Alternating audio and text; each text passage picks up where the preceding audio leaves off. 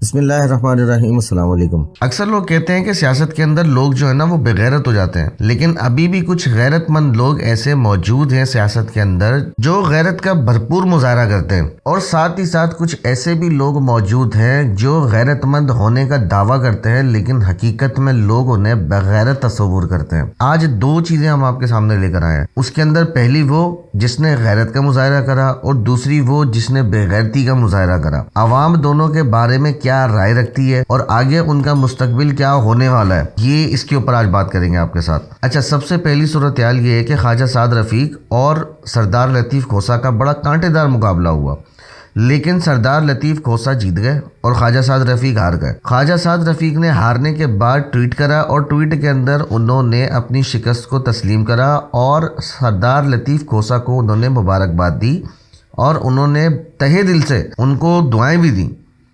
ये होता है गैरत का मुजाहरा कि आप हार गए, कोई मसला नहीं।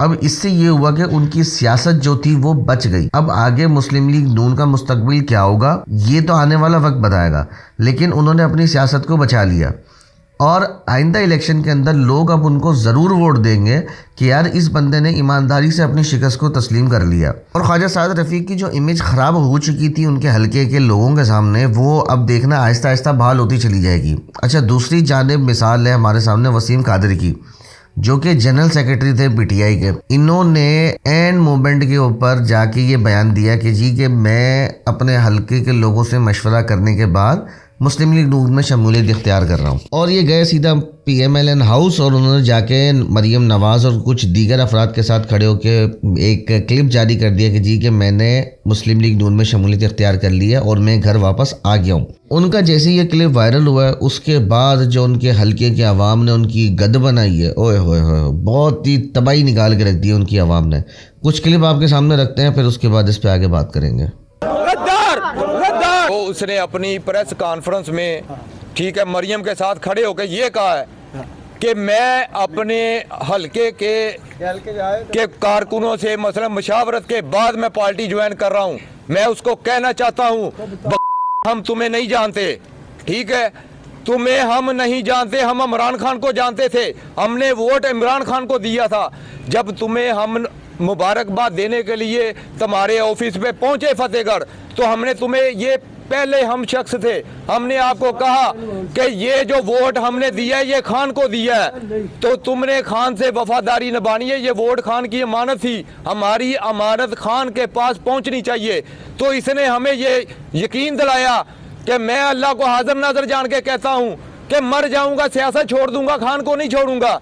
मगर अब इसको ये मैं मैसेज देना चाहता हूं, अगर वो उस तक मेरी बात पहुंचती है तो तुम चुल्लू भर पानी लेकर उसमें डूब मरो, ठीक है। तुम्हारी औकात नहीं थी इतनी कि तुम क्या नाम है एक वोट भी ले सकते। ये खान के नाम। वसीम कादर साहब, आपने हमें कहा था कि इधर मेरा कोई वोट नहीं, ये सारे वोट खान के हैं। आपने हमारी इज्जतों के साथ खेल के गए हो, हमें कहीं का नहीं छोड़ा आपने। आप जलील हो गए, इतना जलील हो गए कि आपको पूरी दुनिया में जगह नहीं मिलेगी, कहीं खड़े होने की, सामने लोगों का करने की कोई जगह नहीं मिलेगी। आप जलील हो गए, सारी जिंदगी जलील हो गए। रोज़े महशर तुम्हारा गिरेबान होगा, हम सब के हाथ होंगे। उससे तो अल्लाह से डरते, तूने अल्लाह से वादा किया कि मैं खान का सिपाही हूँ, हमने यकीन किया। अब तूने क्या की? तेरे जैसा इस पूरी दुनिया में नहीं, पूरे लाहौर में नहीं, तू सबसे बड़ा इंसान निकला है, तू सबसे बड़ा इंसान निकला है, लोटा निकला है, लोटा निकला है।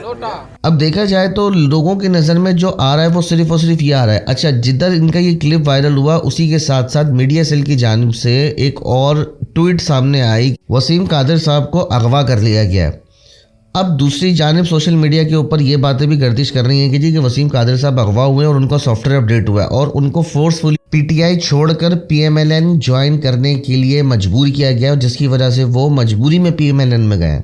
देखें, अगर आपके साथ कभी भी ऐसी कोई सूरत हाल हुई है और आपको मजबूर किया जा रहा है तो आप उस चीज़ से रिज़ाइन दे के आप बोलें जी कि मैं इलेक्शन ही नहीं लड़ रहा, मैं बैक साइड हो रहा हूँ, मैं बैक हो गया, मुझे इलेक्शन नहीं लड़ना, बात ख़त्म हो गई। लेकिन इक़्तिदार की हवस, अगर एक बात को ये तस्लीम कर भी लिया जाता है कि जी उनके साथ ज़्यादती हुई है, उनको अगवा किया गया, उनका सॉफ्टवेयर अपडेट किया गया, अगर उनका सॉफ्टवेयर भी अपडेट हुआ है तो उनको चाहिए था कि वो बाहर आते, वो आके खामोशी से अपने घर में बैठते बोलते जी कि मुझे इलेक्शन के गए बाढ़ में, मुझे इलेक्शन चाहिए ही नहीं, ना मुझे एमएनएशिप चाहिए, ना मुझे एमपीएशिप चाहिए, मुझे कुछ भी नहीं चाहिए, मैं घर में अपने सुकून से अपने बीवी बच्चों के साथ बैठा हुआ हूँ। लेकिन ये सिर्फ और सिर्फ एक ड्रामा है, कोई ऐसी सूरत हाल नहीं है, कोई ऐसा मामला नहीं है।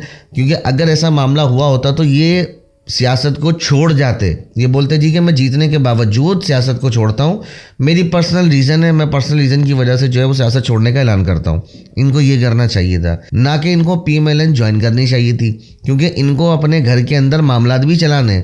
आप कोई और काम कर लें, आप कोई नौकरी कर लें, कोई दूसरी चीज़ कर लें। जब आप सियासत के अंदर बर्दाश्त नहीं रख सकते तो आपका काम ही नहीं है फिर सियासत करना। आप खामोशी से अपने बीवी बच्चों को उठाएं और अपने दूसरी तरफ जाएं और वहाँ जाके अपनी नौकरी करें, जिस तरीके से पूरा आवाम पाकिस्तान नौकरी कर रही है। आप इसी तरीके से कोई दूसरा काम कर लें।